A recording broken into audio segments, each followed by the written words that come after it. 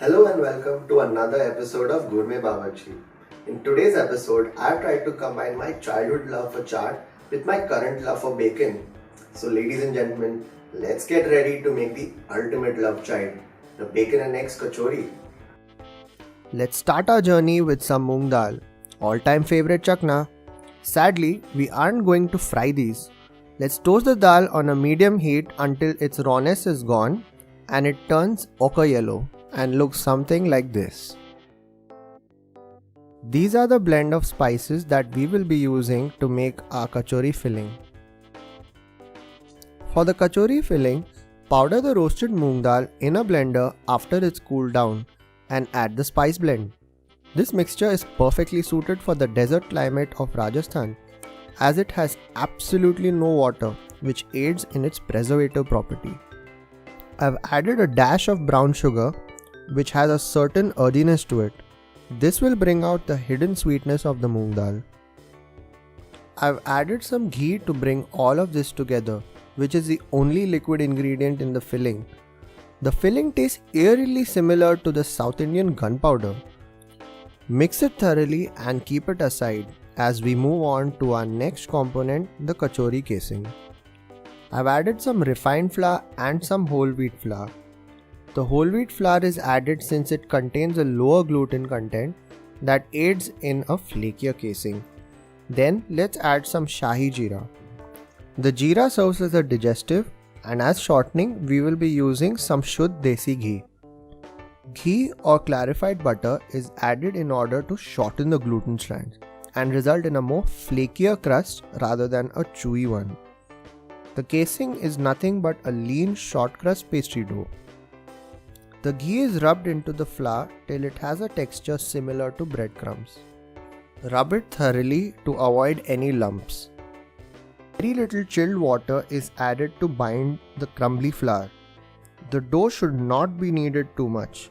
The shortening, the chilled water, and the under-kneaded dough are the three golden rules to achieving the flaky kachori casing. Onions and bacon have a natural affinity. I browned some onions and added sugar for it to caramelize. Every good chaat needs the quintessential chutneys. So once the onion turns golden brown, add the imli chutney and bring it to a boil. Time for some tamarind trivia.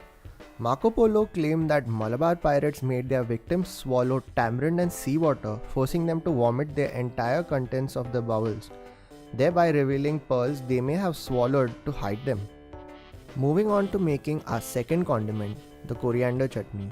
These are the basic ingredients that we'll be grinding along with some salt and some green chilies for heat.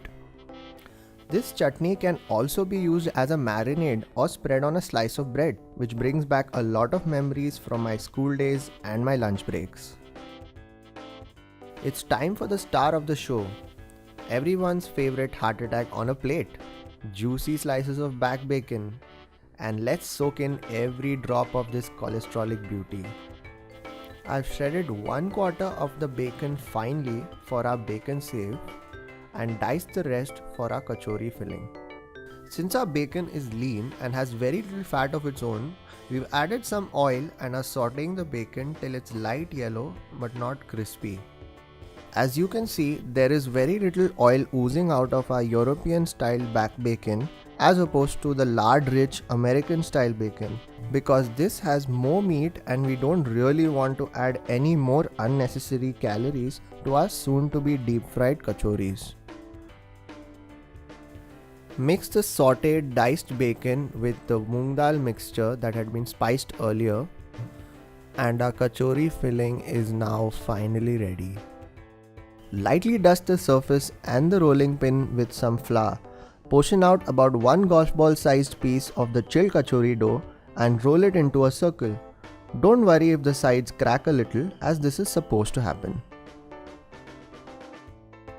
Cup the rolled out dough in the palm of your hand and carefully but firmly stuff the casing with the filling, making sure you get lots of bacon in.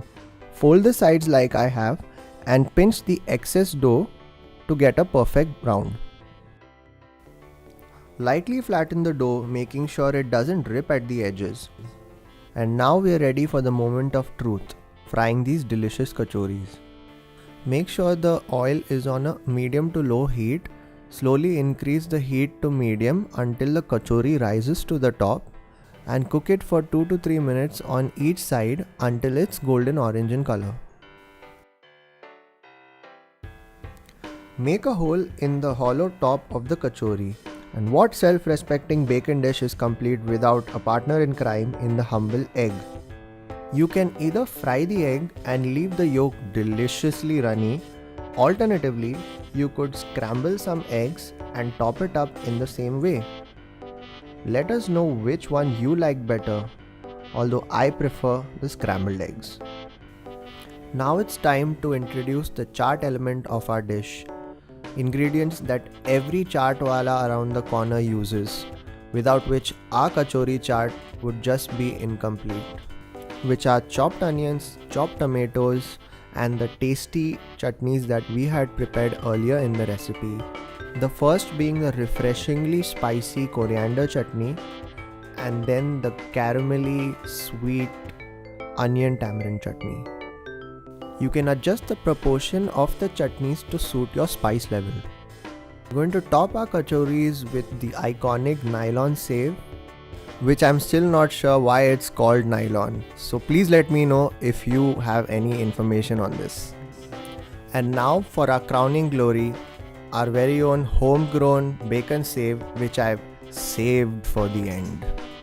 And now it's time to dig in.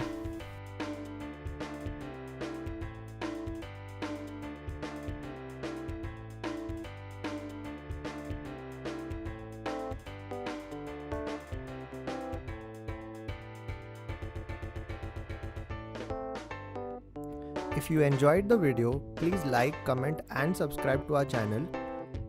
And thank you for watching.